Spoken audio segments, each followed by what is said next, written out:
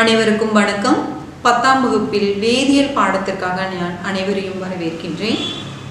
வேதியியல்ல பகுதி 2 இரண்டாம் பாகத்துல முதல் பாடமான அலோக சேர்மங்களை பத்தி படிச்சிட்டு இருக்கோம். சென்ற வகுப்புல என்ன படிச்சோங்கிறத ஒன்று நினைவுபடுத்தி பார்க்கலாம்.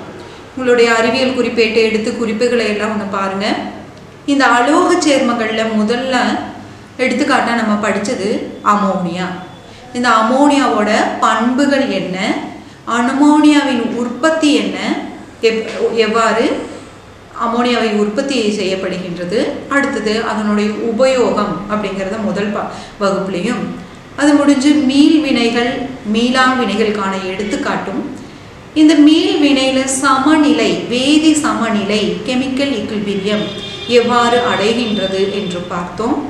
அடுத்ததான் லீ சாட்டிலியர் தத்துவம், அதாவது ஒரு வினையில் செறிவு, அதாவது அடர்த்தி, வெப்பம், அழுத்தம் இவற்றில் ஏதாவது ஒன்றில் மாற்றம் ஏற்படுத்தினால் மண்டலம் மாற்றி ஒரு புனரமைப்பை ஏற்படுத்தி வேதி சமநிலையை அடையுங்கிறத பத்தி படிச்சோம். அதாவது இந்த வேதி சமநிலையில அடர்த்தி, வெப்பம், அழுத்தம் துள்ள தாக்கங்கள் பத்தி படிச்சோம்.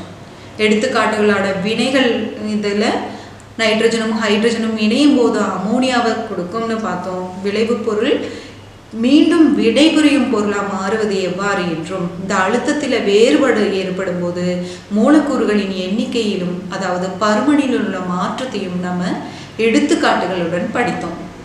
அப்போ அது சம்பந்தமாக 2 கேள்விகளையும் கூட உங்களுக்கு வீட்டு பாடமாக கொடுத்துருந்தேன். அப்போ அந்த கேள்விகளுக்கான பதிலெல்லாம் எழுதியிருப்பீங்க.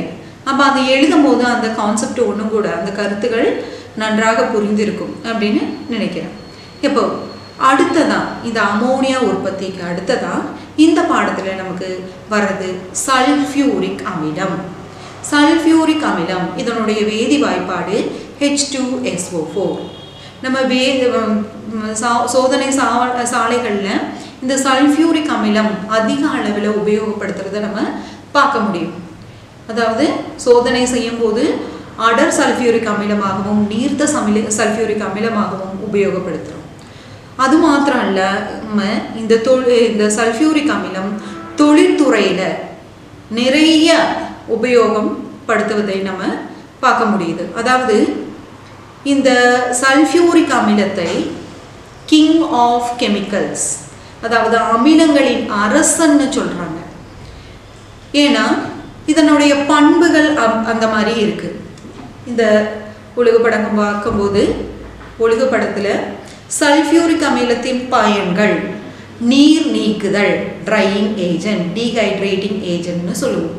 வேதி உரங்களின் உற்பத்தி, கெமிக்கல்ஸ் ஃபெர்டிலைசர்ஸ்னு உடைய மேனுஃபேக்சரிங், பெட்ரோலியம் சுத்திகரித்தல், ரிஃபைனிங் ஆஃப் பெட்ரோல், பெயிண்ட் உற்பத்தி, பெயிண்டோட மேனுஃபேக்சரிங், நாரிழை உற்பத்தி, பிளாஸ்டிக், வெடிபொருட்கள் உற்பத்தி, எக்ஸ்ப்ளோசிவ்ஸ், பிற வேதிப்பொருட்களின் உற்பத்தி, கெமிக்கல் மேனுஃபேக்சரிங், இந்த மாதிரி எண்ணற்ற பயன்களை உடையதாக இந்த சல்ஃபியூரிக் அமிலம் விளங்குகின்றது.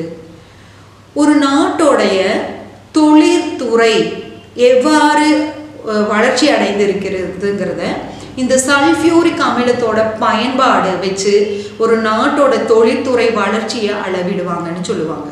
அதாவது எந்த அளவுக்கு இந்த சல்ஃபியூரிக் அமிலம் உபயோகப்படுத்துகிறாங்களோ அந்த அளவுக்கு தொழில்துறையில் அவங்க மேன்மை அடைஞ்சிருக்காங்கன்னு.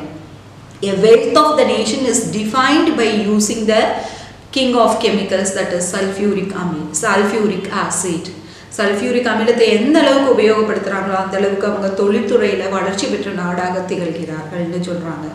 அதனால தான் இந்த சல்ஃபியூரிக் அமிலத்தை அமிலங்களின் அரசன், கிங் ஆஃப் கெமிக்கல்ஸ், எண்ணற்ற உபயோகங்கள் இந்த மாதிரி எல்லா துறைகள்லையும் இருக்கிறத நம்ம பார்க்க முடிகிறது. சல்ஃபியூரிக் அமிலத்தை வேதிப்பொருட்களின் அரசன், கிங் ஆஃப் கெமிக்கல்ஸ் என்று கூறுவதற்கு காரணம் இதனால் தான். சல்ஃபியூரிக் அமிலம் தொழில்துறையில் எப்படி உற்பத்தி பண்ணுறாங்கன்னு பார்க்கலாம். சல்ஃபர் ஆக்சிஜனுடன் இணைந்து சல்ஃபர் டை ஆக்சைடாக மாறுகின்றது. சல்ஃபர் டை ஆக்சைடு மீண்டும் உயர்ந்த வெப்பநிலையிலும் வெனேடியம் பென்டாக்சைடு என்ற வினையூக்கியின் முன்னிலையிலும் சல்ஃபர் ட்ரையாக்சைடாக மாற்றப்படுகின்றது. இந்த அடர் சல்ஃபியூரிக் அமிலத்தில் கரைக்கப்படுகிறது. சல்ஃபர் ட்ரையாக்சைடு அடர் சல்ஃபியூரிக் அமிலத்தில் கரைக்கப்படும் பொழுது நமக்கு ஒளியம் H2S2O7 இந்த வேதி வினையை பார்க்கும்போது S+O2 அம்பு குறியீடு SO2 SO2 sulphur di oxide மீண்டும் ஆக்சிஜனுடன் இணைந்து வெனேடியம் பென்டாக்சைடு முன்னிலையில் 450 டிகிரி செல்சியஸில் சல்ஃபைட் ட்ரையாக்சைடாக மாற்றப்படுகிறது. சல்ஃபர் ட்ரையாக்சைடு SO3 அடர் சல்ஃபியூரிக் அமிலத்தில் கரைக்கப்படும் பொழுது ஒளியம் H2S2O7 கிடைத்த விளைவு பொருள் ஒளியத்தை தண்ணீரில் கரைத்து சல்ஃபியூரிக் அமிலத்தை தயாரிக்கலாம். சல்ஃபர் ட்ரையாக்சைடு இரண்டாவது படி நிலையில் கிடைத்த சல்ஃபர் ட்ரையாக்சைடை நம்ம தண்ணீரில் கரைத்தாலும் சல்ஃபியூரிக் அமிலம் கிடைக்கும். இருப்பினும் சல்ஃபர் டை ஆக்சைடை நேரடியாக தண்ணீரில் கரைப்பது இல்லை. எதனால்னா சல்ஃபர் ட்ரையாக்சைடு தண்ணீரில் கரையும் போது வெப்ப உமிழ் வினை ஆகும். அப்போ இந்த வேதி வினையில உருவான தொடக்கத்தில் உருவான அந்த சல்ஃபியூரிக் அமிலம் பனித்துளி போல, அதாவது இந்த ஸ்மாக் போல உருவாகுது. பனித்துளிகள் போல உருவாகுது. அப்போ இந்த அதாவது முதல்ல தோன்றிய அந்த சல்ஃபியூரிக் அமிலம் பனித்துளி கட்டிகள் போல உருவாகின்றது. அப்போ இதனால என்ன ஆகுதுன்னா தொடர்ச்சியான கரைதல் ஏற்படுகின்றது. அதனால் தான் சல்ஃபர் ட்ரையாக்சைடை தண்ணீரில் கரைப்பதை தவிர்க்கின்றோம். அதுக்கு பதிலாக என்ன பண்ணுறோம், சல்ஃபியூரிக் ட்ரையாக்சைடை ஒளியமாக மாற்றி ஒளியத்தை சல்ஃபியூரிக் அமிலமாக மாற்றுகின்றோம். இவ்வாறு 3 படிகளில் 3 ஸ்டெப்ஸ் இந்த சல்ஃபியூரிக் ஆசிட் தயாரிப்பதற்கான தொழில்துறையில் தயாரிக்கும் முறையில் ஈடுபட்டிருக்கு. சல்ஃபர் ஆக்சிஜனுடன் இணைந்து sulphur di oxide, sulphur di oxide oxygen vanadium pentoxide முன்னிலையில் இது சல்ஃபர் ட்ரையாக்சைடாக மாற்றப்பட்டு சல்ஃபர் ட்ரையாக்சைடு சல்ஃபியூரிக் அமிலம் கொண்டு கரைத்து ஒளியமாக மாற்றப்படுகின்றது. ஒளியத்தை மீண்டும் நாம் சல்ஃபியூரிக் அமிலமாக மாற்றுகின்றோம். அப்போது இந்த சல்ஃபர் டை ஆக்சைடு தண்ணீரில் கரைப்பதை தவிர்ப்பது எதனால்னா அங்கே ஒரு ஸ்மாக் போல சல்ஃபர் சிறிய துகள்களாக பனித்துகள்களாக அது மாற்றமடைந்து மீண்டும் மீண்டும் அது கரைதலுக்கு உட்படுவதனால் அதை நாம் தவிர்க்கின்றோம். இந்த ஒழுங்கு படத்தில் பார்க்கும்போது சல்ஃபர் ஆக்சிஜனுடன் இணைந்து சல்ஃபர் டை ஆக்சைடு, அடுத்தது ஆக்சிஜனுடன் இணையும் பொழுது சல்ஃபர் ட்ரையாக்சைடாக மாறுகின்றது. அடர் சல்ஃபியூரிக் அமிலம் கொண்டு அது ஒளியமாக மாற்றுகின்றோம். ஒளியத்திலிருந்து தண்ணீரில் கரைத்து மீண்டும் அது சல்ஃபியூரிக் அமிலமாக மாற்றுகின்றோம்.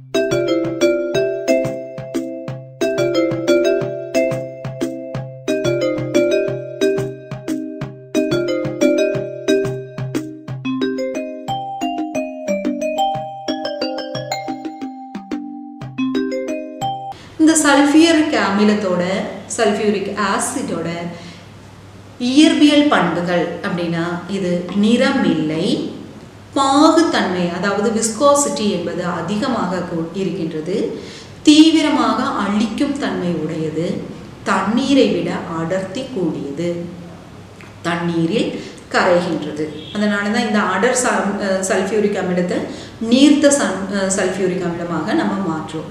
அதாவது ஒரு சோதனை வேதி பண்புகள் இதெல்லாம் இதனுடைய இயற்பியல் பண்புகள். இயற்பியல் பண்புகள் என்னன்னா நிறமில்லை, விஸ்கோசிட்டி பாகுத்தன்மை கூடுதல், தீவிரமாக அழிக்கும் தன்மையுடையது, தண்ணீரில் விட அடர்த்தி அதிகம், தண்ணீரில் கரையும் திறன் உள்ளது. வேதி பண்புகள் படிக்கிறதுக்காக ஒரு சோதனை குழாய் எடுத்து அதில் 5 ml சல்ஃபியூரிக் அமிலத்தை அடர் சல்ஃபியூரிக் அமிலத்தை எடுக்கிறோம். அதனோட அடிபாகத்தை தொட்டு போகும்போது நம்மளுக்கு ஒரு சூடு, ஒரு வெப்பத்தை நாம் உணர்கின்றோம்.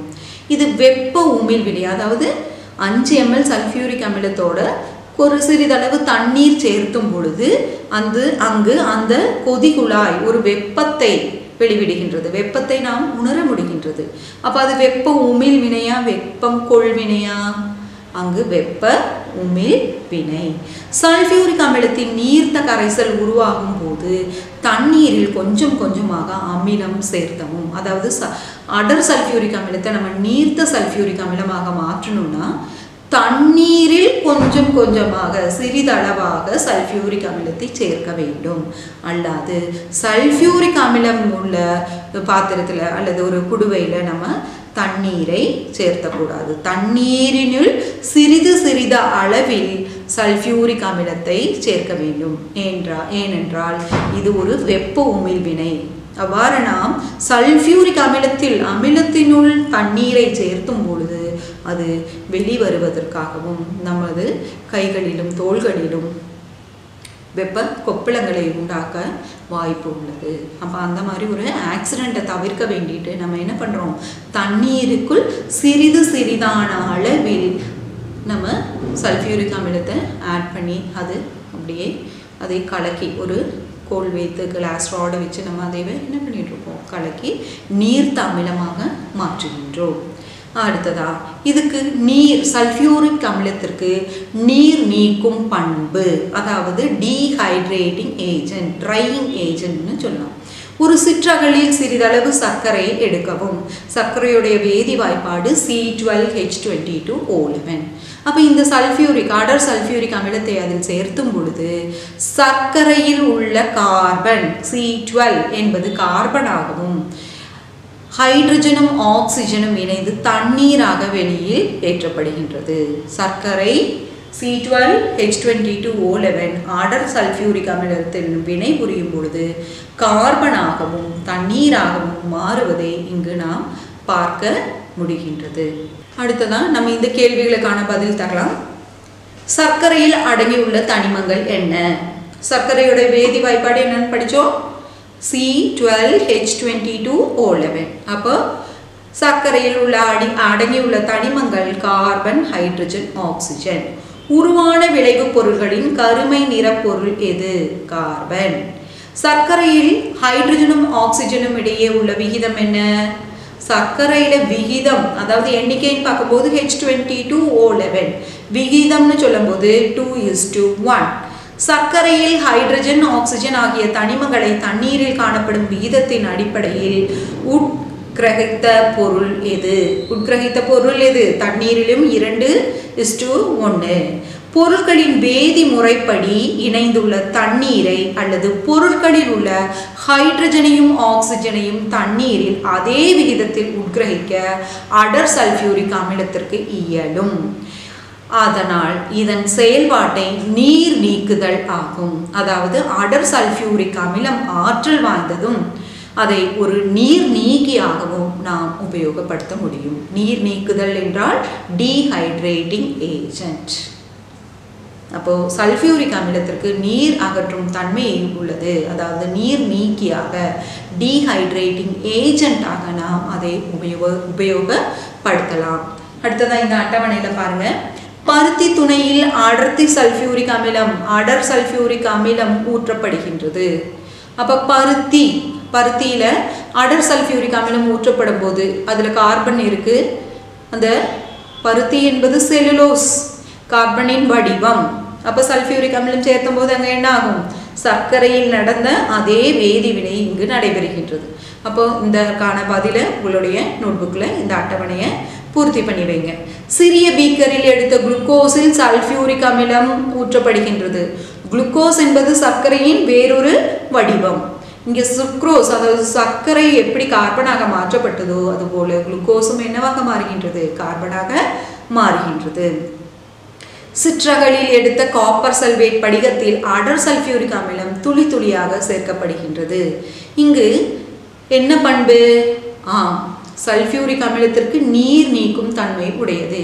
இந்த காப்பர் சல்ஃபேட் என்பது ஒரு நீல நிற படிகங்கள் ஆகும். நீல நிற படிகங்களாக காணப்படுகின்றது. இந்த சல்ஃபியூரிக் அமிலத்தை அங்கு சேர்க்கும் போது இது ஒரு நீர் அகற்றும் ஏஜென்ட்டாக, அதாவது டீஹைட்ரேட்டிங் ஏஜென்ட்டாக அங்கு நீரை அது அகற்றுகின்றது. அதனால் காப்பர் சல்ஃபேட்டின் நீல நிறத்தில் மாற்றமடைந்து அது வெண்மையாகின்றது. அவ்வாறு இது டீஹைட்ரேட்டிங், சல்ஃபியூரிக் அமிலம் டீஹைட்ரேட்டிங் ஏஜென்ட்டாக அது ஒரு பொருளில் உள்ள ஈரத்தன்மையை உறிஞ்சி எடுக்கும் திறனுடைய பொருட்களே உலர்த்திகள், ட்ரையிங் ஏஜென்ட்ஸ். ஒரு பொருளில் உள்ள ஈரத்தன்மையை உறிஞ்செடுக்கும் திறனுடைய பொருட்கள் உலர்த்திகள், ட்ரையிங் ஏஜென்ட்ஸ்னு சொல்லுவோம். அப்போது இந்த chlorine, sulphur di oxide, hydrochloric ஆகிய வாயுக்கள் உற்பத்தி செய்யும் பொழுது சல்ஃபியூரிக் அமிலம் உலர்த்தியாக பயன்படுத்துகின்றது. அப்போ இங்கே உலர்த்தியாக பயன்படுத்தும் பொழுது நாம் அங்கு முதலில் அமோனியா தொழிற்சாலைகளில் உற்பத்தி செய்வதை பார்த்தோம். சுண்ணாம்பு, கால்சியம் ஆக்சைடை உலர்த்தும் கோபுரத்தில் எடுத்தோம். எதனால் சல்ஃபியூரிக் அமிலத்தை அங்கு உலர்த்தியாக பயன்படுத்தவில்லை?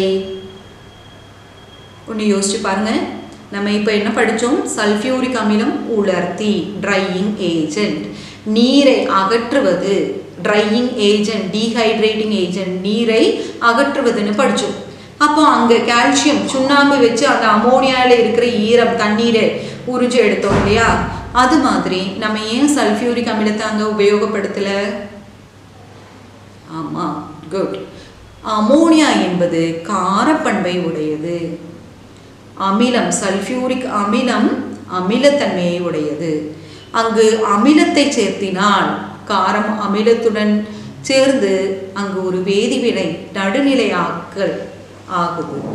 அதனால நம்ம அங்க சல்ஃபியூரிக் அமிலத்தை உபயோகப்படுத்துவதில்லை.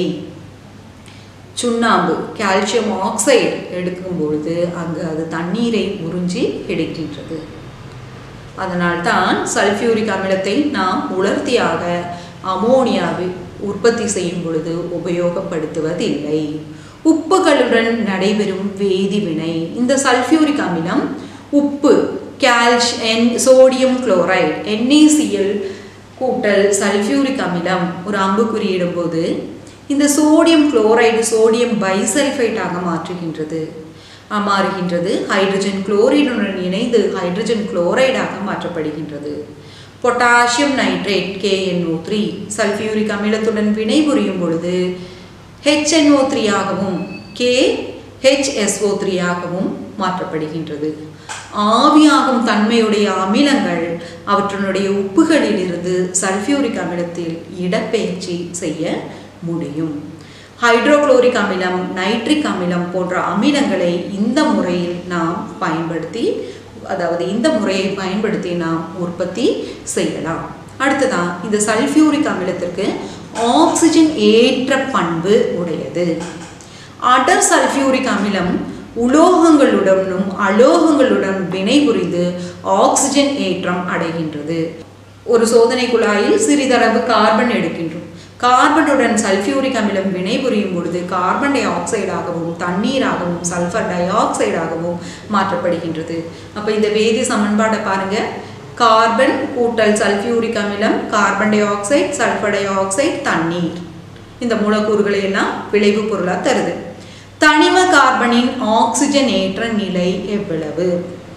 தனிமம் ஒரு தனிமமாக இருக்கும்போது அதன் ஆக்சிஜனேற்ற நிலை என்னது? ஆமாம், 0 0ன்னு நம்ம படிச்சிருக்கோம். கார்பன் டை ஆக்சைடில் உள்ள கார்பனுக்கு எத்தனை? கார்பனோட இணைதிறன் இங்கே 4. இந்த வேதிவினையில் கார்பனுக்கு ஆக்சிஜன் ஏற்றமா ஆக்சிஜன் ஒடுக்கமா? கார்பன் 0லிருந்து 4 ஆக மாற்றப்படுகின்றது. அப்போ ஆக்சிஜன் ஏற்றம். ஆக்சிஜன் ஏற்றி இங்கு சல்ஃபியூரிக் அமிலம். அடர் சல்ஃபியூரிக் அமிலம் காப்பருடன் இணையும் பொழுது காப்பர் Cu, அடர் சல்ஃபியூரிக் அமிலம் H2SO4 காப்பர் சல்ஃபேட் ஆகவும் சல்ஃபர் டை ஆக்சைடு ஆகவும் H2O ஆகவும் மாறுகின்றது. இங்கு காப்பர் தனிமம் அதனுடைய ஆக்சிஜன் ஏற்ற எண் 0 0. காப்பர் சல்ஃபேட்டாக மாறும்போது அதனுடைய ஆக்சிஜன் ஏற்றம் அதாவது Cu+2 என்ற நிலை ஆக்சிஜன் ஏற்ற எண் +2 ஆகின்றது. அப்போ 0 0லிருந்து +2 ஆகின்றது. அப்போ ஆக்சிஜன் ஏற்றம். இங்கு காப்பருக்கு ஆக்சிஜன் ஏற்றம். தனிமம் காப்பர் சல்ஃபேட்டில் உள்ள காப்பரின் ஆக்சிஜன் ஏற்ற நிலை +2. அப்போ அங்கே என்ன ஆகின்றது? கூடுகின்றது. ஆக்சிஜன் ஏற்ற எண் கூடுகின்றது. அதனால் இது ஆக்சிஜன் ஏற்றம். இந்த வினையில் ஆக்சிஜன் ஏற்றி காப்பர் சல்ஃபேட்டாக மாறும்போது ஆக்சிஜன் ஏற்றியாக செயல்படுவது யாரு? சல்ஃபியூரிக் அமிலம். இவ்வாறு சல்ஃபியூரிக் அமிலத்திற்கு ஆக்சிஜன் ஏற்றி ஆக செயல்படும் பண்பு உள்ளது. அடுத்ததான் சல்ஃபேட் உப்புக்களை கண்டறியும் முறை. இந்த சல்ஃபேட் உப்புக்களை எவ்வாறு கண்டறிவது? ஒரு சோதனை குழாயில் சிறிதளவு சோடியம் சல்ஃபேட் கரைசலை எடுக்கிறாங்க. சோடியம் சல்ஃபேட்டுக்கான வேதி வாய்ப்பாடு Na2SO4. அதனோட இந்த பேரியம் குளோரைடு சேர்த்தும் போது பேரிய குளோரைடுக்கான வேதி வாய்ப்பாடு BaCl2. சோடியம் பேரியம் குளோரைடுடன் இணையும் பொழுது சோடியம் சல்ஃபேட் பேரியம் சல்ஃபேட்டாகவும் சோடியம் குளோரைடாகவும் மாறுகின்றது. இங்கு ஒரு வெண்மை நிற வீழ்படிவு உருவாகின்றது. அது பேரியம் சல்ஃபேட் ஆகும். சோடியம் சல்ஃபேட் நிறமில்லாத ஒரு கரைசல், பேரியம் குளோரைடும் நிறமில்லாத ஒரு கரைசல். இது ரெண்டையும் அந்த சோதனை குழாயில் சேர்த்தும் போது பேரியம் சல்ஃபேட் ஒரு வெண்மை வீழ்படிவு உருவாவதை நாம் பார்க்கின்றோம். இந்த வெண்மை வீழ்படிவு பேரியம் சல்ஃபேட். விளைவு பொருட்களில் தண்ணீரில் கரைகின்ற பொருள் எது? இங்கு விளைவு பொருட்கள் என்னெல்லாம் இருக்கு? பேரியம் சல்ஃபேட்டும் சோடியம் குளோரைடும். சோடியம் குளோரைடு என்னன்னு நமக்கு தெரியும் இல்லையா? ஆமாம், நம்ம சமைக்கிறதுக்காக உதவுற உப்பு, சமையல் உப்பு, அதுதான் சோடியம் குளோரைடு. அந்த சோடியம் குளோரைடு தண்ணீரில் கரைஞ்சு போகுமா? கரையும். அப்போ தண்ணீரில் கரையும் திறன் எதற்கு? Sodium chloride. வெண்ணிற வீழ்படிவு எது? Barium sulphate. நீர்த்த ஹைட்ரோகுளோரிக் அமிலத்தை சேர்த்தும் போது வெண்ணிற வீழ்படிவு என்ன ஆகும்? நீர்த்த ஹைட்ரோகுளோரிக் அமிலம் சேர்த்தும் போது வெண்ணிற வீழ்படிவு அதில் கரைந்து விடும். அப்போ இங்க இருக்கிற அட்டவணையில் பாருங்க, magnesium sulphate, zinc sulphate, sulphate உப்புக்களை தந்திருக்காங்க. இதை பேரியம் குளோரைடோட சேர்த்தும் போது அங்கு பேரியம் சல்ஃபேட்டுடன் இணைந்து பேரியம் சல்ஃபேட் என்ற வெண்மை வீழ்வடிவை உருவாக்கும். அது நீர்த்த ஹைட்ரோகுளோரிக் ஆசிட் அமிலம் சேர்த்தும் பொழுது அந்த வெண்மை வீழ்வடிவு கரைந்து விடுகின்றது. இதே போன்று ஜிங்க் சல்ஃபேட்டிலும் பேரியம் குளோரைடு சேர்த்தும் போது பேரியம் சல்ஃபேட் என்ற வெண்மை வீழ்வடிவு உருவாகின்றது. அதனுடன் ஹைட்ரோகுளோரிக் அமிலத்தை சேர்த்தும் போது BaSO4 என்ற வெண்மை வீழ்வடிவு கரைந்து விடுகின்றது. அப்ப இந்த வீடியோவை பாருங்க. சல்ஃபேட் உப்புக்களை கண்டறியும் முறை. உங்களுக்கு கொடுக்கப்பட்டுள்ள உப்பு சல்ஃபேட்டா என்பதை எவ்வாறு கண்டறியலாம்? ஒரு சோதனை குழாயில் ஆய்வு செய்ய வேண்டிய உப்பு கரைசலை எடுக்கவும். அதில் சிறிதளவு பேரியம் குளோரைடு கரைசலை சேர்க்கவும். இப்பொழுது நீங்கள் பார்ப்பது என்ன? இந்த வெண்ணிற வீழ்பிடிவு பேரியம் சல்ஃபேட் ஆகும். இதில் சிறிதளவு அடர் ஹைட்ரோகுளோரிக் அமிலத்தை சேர்க்கவும். வீழ்பிடிவு கரைவதில்லை, ஆகையால் இந்த உப்பு சல்ஃபேட் ஆகும். சோடியம் சல்ஃபேட் என்ற கரைசல் நிறமற்றது, பேரியம் குளோரைடும் நிறமற்றது. இந்த ரெண்டு கரைசலையும் நம்ம கலக்கும் போது சேர்த்தும் போது பேரியம் சல்பேட் என்ற வெண்மை வீழ்படிவு தோன்றுகின்றது. இந்த வெண்மை வீழ்படிவோடு சேர்ந்து இனியொரு விளைவு பொருள் என்பது NaCl. சல்பேட் உப்புக்கள் பேரியம் குளோரைடுடன் வினைபுரிந்து வெண்மை நிறமுள்ள பேரியம் சல்பேட் என்ற வீழ்படிவு தோன்றும். இது நீர்த்த ஹைட்ரோகுளோரிக் அமிலத்தில் கரைவதில்லை. நீர்த்த ஹைட்ரோகுளோரிக் அமிலத்துடன் கரைவதில்லை. இவ்வாறு சல்ஃபியூரிக் அமிலத்தின் பண்புகள், அதன் உற்பத்தி, அதன் பயன்பாடு, எண்ணற்ற பயன்பாடை கொண்ட இந்த சல்ஃபியூரிக் அமிலத்தை கிங் ஆஃப் கெமிக்கல்ஸ் அப்படின்னு நம்ம சொல்றோம். அப்போ ஒரு நாட்டோட தொழில்துறை வளர்ச்சி என்பது சல்ஃபியூரிக் அமிலத்தின் உற்பத்தி, அதனுடைய பயன்பாடு பொறுத்து அதனை ஒரு அளவுகோலாக எடுக்கின்றார்கள். இந்த அளவு சல்ஃபியூரிக் அமிலம் எண்ணற்ற உபயோகம் பயனுள்ளதாக இருக்கின்றது. அதே மாதிரி அந்த சல்ஃபியூரிக் அமிலத்தோட பண்புகள் என்னெல்லாம் பார்த்தோம். நீர் நீக்கி, அதாவது ட்ரையிங் ஏஜென்ட், டீஹைட்ரேட்டிங் ஏஜென்ட் ஆகவும், அது எவ்வாறு சல்ஃபேட் உப்புகளை அதாவது இடப்பெயர்ச்சி செய்கின்றதுன்ற வேதிவினையையும் பார்த்தோம். அடுத்ததா இந்த பேரியம் சல்ஃபேட் என்ற வெண்மை வீழ்படிவு பேரியம் குளோரைடு கரைசலுடன் சேரும்போது பேரியம் சல்ஃபேட் என்ற வெண்மை வீழ்படிவு உருவாக்குவதையும் பார்த்தோம். அடுத்ததா இந்த கேள்விகளுக்கான பதில் உங்களுடைய அறிவியல் குறிப்பேட்டில் எழுதுவீங்க. தொடுமுறை வழியாக சல்ஃபியூரிக் அமிலம் தயாரிக்கின்ற பல்வேறு நிலைகளில் ஒன்றின் வேதி சமன்பாடு தரப்பட்டுள்ளது. இவ்வினையின் கீழே கொடுக்கப்பட்டுள்ள காரணிகளின் தாக்கம் எவ்வாறு என்று கண்டுபிடிக்கவும். சல்ஃபர் டை ஆக்சைடு கூட்டல் oxygen, sulphur try oxide plus வெப்பம்.